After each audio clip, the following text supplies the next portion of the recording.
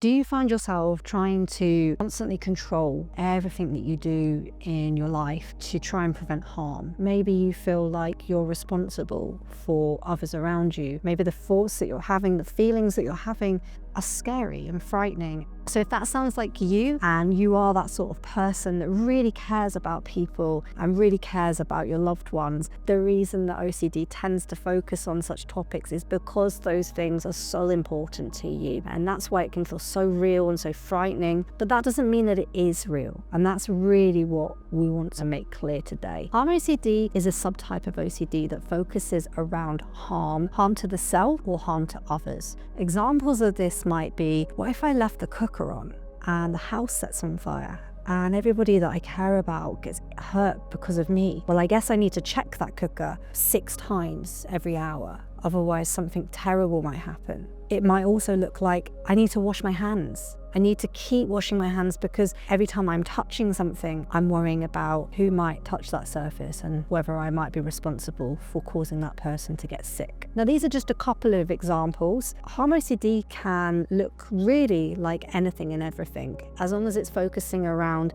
the prevention or the worry of harm to the self or to others, then it would fall under this category. In terms of how compulsions would look typically, very, very varied. For example, hiding knives, making sure that surfaces are clear. But equally, they can also be mental acts, or what we call covert compulsion. These could be mentally reviewing, checking in with the self, checking whether you feel that you are a risk to yourself or a risk to others. The list goes on. It really does not look the same for every single person that struggles with this subtype, and that's okay. If I haven't listed something that you're experiencing, that does not mean that that is not a valid OCD experience. So please don't feel like you're listening out and you're trying to kind of find yours. No one person looks the same. But fundamentally, we're working with something very similar, which is the fear of not being in control, the fear of self-doubt, feeling as though you need to try and control yourself. Harm OCD is a focus on overinflating threat in the thoughts that we're having and using compulsions to try to minimize the anxiety and control the fears that we're experiencing internally. It tends to latch itself onto things that are important to you, that we call ego-dystonic topics, things that go against your identity and what you value, who you are. Being a person who is perhaps really caring, really empathetic, really loves the people around them, that sort of person might be likely to have their OCD focus on harm and on the people that they most care about, because that's what's most significant. Guilt is a very typical emotion that comes up with this theme.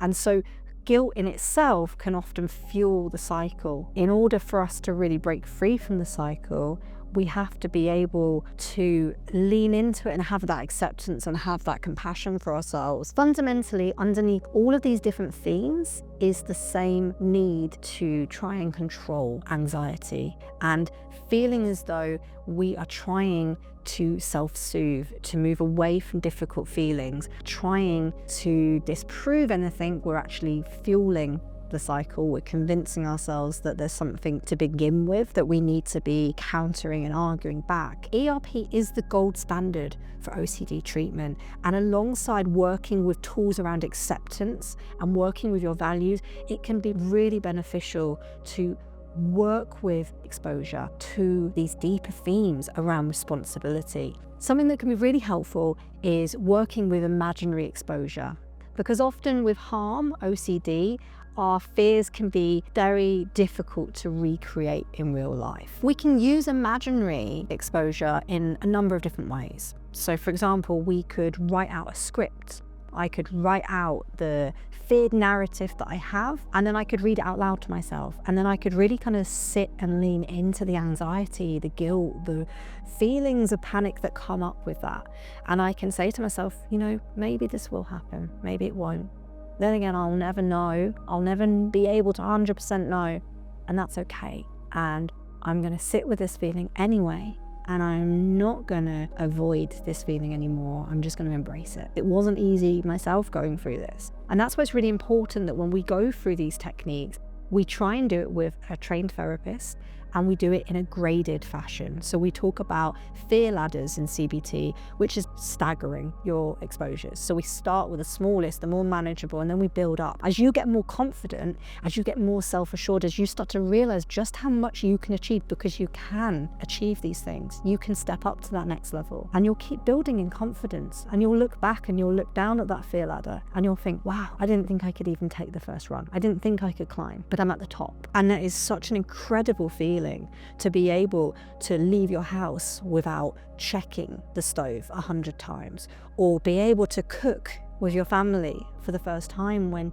you've avoided knives, or when you're able to pick something up off the surface and say, you know what, if I get sick, I get sick, because life is uncertain and I don't have all the answers, and that's okay.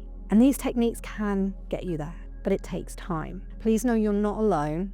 It can and it does get better, but it's a journey, and it's a journey that's worthwhile. But you have to make a promise to yourself not to give up. You have to make a promise to yourself that you're gonna face and lean into the fears, whether that's reaching out to a therapist, or whether that's making a list of things that frighten you and picking one that feels manageable to start to challenge. Let me know in the comments what action point you would like to take. I really look forward to hearing from them. And if you want extra support and you want a little bit of a boost to help you along, I have a free anti-anxiety audio that you can download for free in the link in the description. And for more OCD support, watch this video.